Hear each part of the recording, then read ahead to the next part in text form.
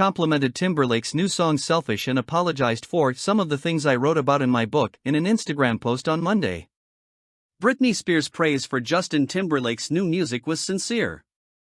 After the pop superstar complimented Timberlake's latest single Selfish in an Instagram post shared Monday, sources tell People she's truly a fan of her ex-boyfriend's current musical output. Honestly, she just wanted to wish him well. She really does like the song, an insider tells People. She's a kind person. Another source adds, she genuinely just loves good music. She was curious about Timberlake's new tracks, and she really likes his new music. Britney has a good heart and is full of compliments when she likes something, continues the second insider. She always speaks her mind. That's what's so special about her. On Instagram, Spears, 42, celebrated Timberlake's lead single and his second new track Sanctified, which he debuted on Saturday Night Live over the weekend. The Toxic singer, who split from the NSYNC member in 2002, also said she's sorry to anyone she offended with her memoir, The Woman in Me, in the post. I want to apologize for some of the things I wrote about in my book.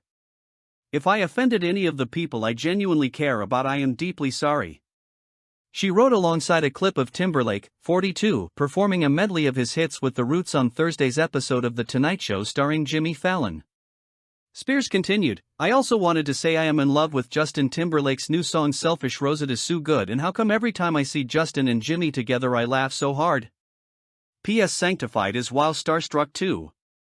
In her autobiography, Spears details her past relationship with Timberlake, including revealing that she had an abortion after becoming pregnant with the singer's baby because he didn't want to be a father. It was a surprise, but for me, it wasn't a tragedy.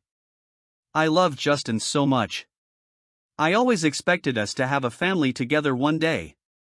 This would just be much earlier than I'd anticipated, she wrote of the pregnancy in her book.